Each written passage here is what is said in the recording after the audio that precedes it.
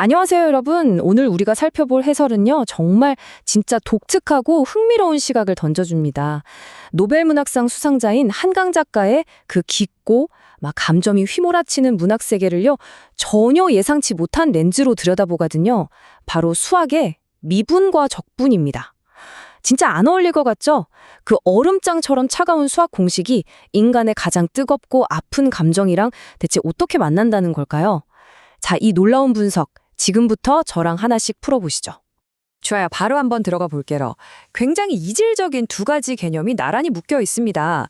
한쪽은 보기만 해도 머리 아픈 복잡한 수학 공식들이고요. 다른 한쪽은 한강 작가의 소설을 딱 떠올리게 하는 피처럼 붉게 물든 철연한 눈 내리는 숲의 이미지죠. 여기서 우리가 느끼는 묘학 인지 부조화, 사실 이게 핵심 포인트예요. 차가운 계산의 세계와 뼛속까지 시린 역사적 비극. 과연 이 둘 사이에 어떤 기막힌 접점이 숨어 있을까요?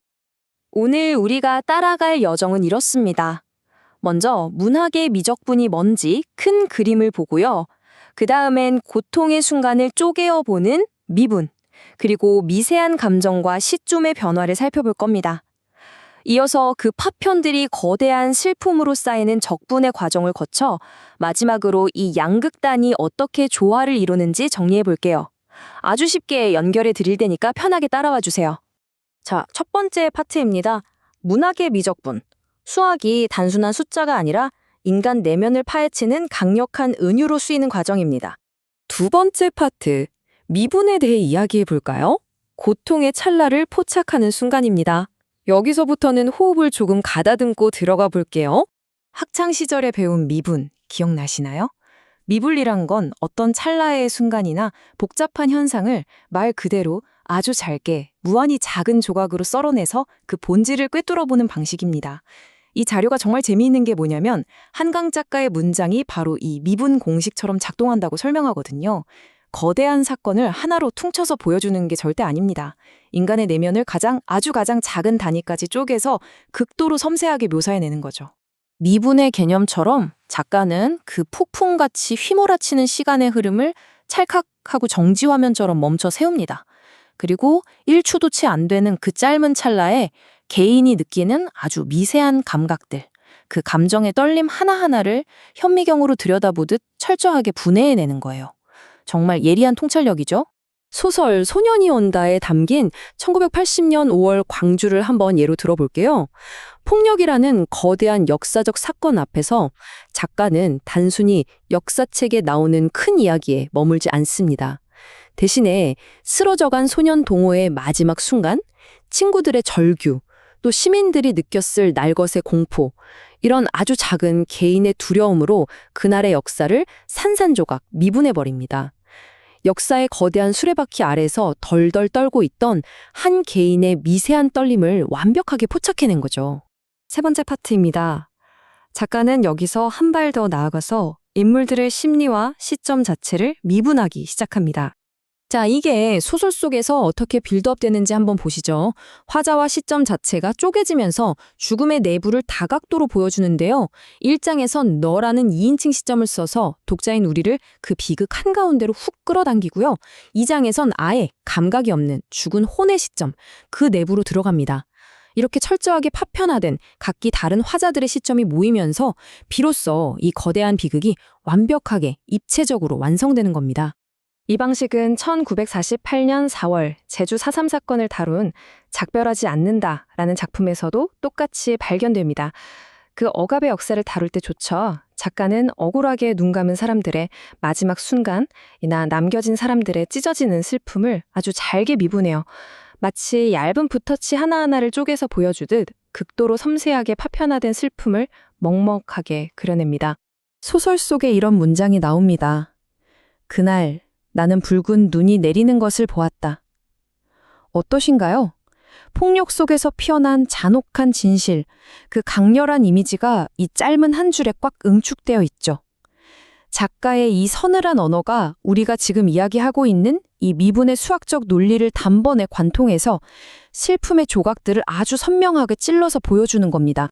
이름 없이 쓰러져간 희생자들의 억울함, 살아남았다는 것 자체가 평생의 짐이 되어버린 생존자들의 무거운 죄책감, 그리고 매일 밤 반복되는 트라우마의 끔찍한 악몽들까지. 원문 분석은 한강 작가가 이런 심리의 미세한 파동들을 아주 정밀한 미분 공식처럼 딱 떼어내서 날카롭게 분석하고 있다고 짚어냅니다. 네 번째 파트로 넘어갈게요. 분위기를 좀 바꿔서 이번엔 스케일을 확 키워 보겠습니다. 고통이 겹겹이 쌓이는 적분의 과정입니다. 자, 이제 관점을 완전히 반대로 뒤집어 생각해 보시죠. 적분은 미분의 정반대, 찰떡 같은 짝꿍입니다. 무수히 잘게 쪼개져 있던 작은 조각들을 다시 싹 다 긁어 모아서 거대한 전체를 구하는 도구잖아요. 이 분석의 진짜 소름 돋는 포인트가 이겁니다. 그 미분되어 있던 아주 작은 고통의 파편들이 어떻게 차곡차곡 누적돼서 거대한 역사가 되는가. 이걸 적분이라는 개념으로 기가 막히게 풀어낸 거죠. 여기서 제일 흥미로운 흐름이 등장합니다. 한 개인의 고통, 짧은 찰나, 파편화된 증언의 목소리들이 마치 하나의 커다란 깔때기로 쏟아져 들어가듯 모이는 거예요. 그 미세한 조각들이 끊임없이 더해져서 마침내 그 누구도 부인할 수 없는 무겁고 거대한 역사적 진실, 그리고 공동체의 묵직한 슬픔으로 적분되는 겁니다. 광주 민주화 운동을 다룬 증언들을 볼까요? 수많은 사람들이 밤거리를 밝히기 위해 들었던 촛불 하나하나가 모여서 거대한 빛의 바다를 이루잖아요. 그것처럼 원래는 철저히 고립되어 있던 인물들의 목소리가 한데 엮이면서 훨씬 더 거대하고 단단한 하나의 역사적 기억으로 뭉쳐져서 접근되는 겁니다. 구체적으로 보면 이런 식이죠. 살아남은 치욕에 몸부림치는 은숙, 생존자의 심리적 무게에 짓눌린 진수, 그리고 자식을 잃고도 어떻게든 밥을 넘기며 살아야 하는 어머니의 고통. 이 하나하나의 고요한 증언들이 겹겹이 쌓이고 합쳐지면서 우리가 절대 잊어선 안 될 집단적 슬픔이라는 거대한 덩어리를 빚어냅니다. 작품 전반에 깔려있는 몸, 시체, 침묵 같은 상징들도 마찬가지예요. 그냥 의미 없이 반복되는 게 아닙니다. 마치 수학의 적분 기호 아래에서 무한대 표시를 향해 값이 누적되듯이 겹겹이 쌓이면서 그 비극의 무게를 진짜 기하급수적으로 짓누르듯 심화시키고 있는 겁니다. 이 압도적인 적분의 힘은 제주 4.3 사건을 다룬 곳에서도 깊게 박혀 있습니다. 묵직하게 버티고선 저 위령비처럼 희생자와 그 후손들의 고통은 현미경으로 보던 그 작은 크기에 머물지 않아요. 세대를 거듭하며 무겁게 누적되고 한 개인의 시린 슬픔은 결국 거대한 공동체의 역사적 아픔으로 끝없이 넓어지며 적분됩니다. 자, 이제 마지막 5번째 섹션입니다. 미분과 적분의 조화. 한강 문학의 진짜 힘입니다. 지금까지 우리가 따라온 이 두 가지 양극단의 힘이 만나면 어떻게 될까요? 결론부터 말씀드리면 한강 문학이 가진 위력은 바로 이 두 가지 극단적인 시선이 이루는 완벽한 하모니에 있습니다.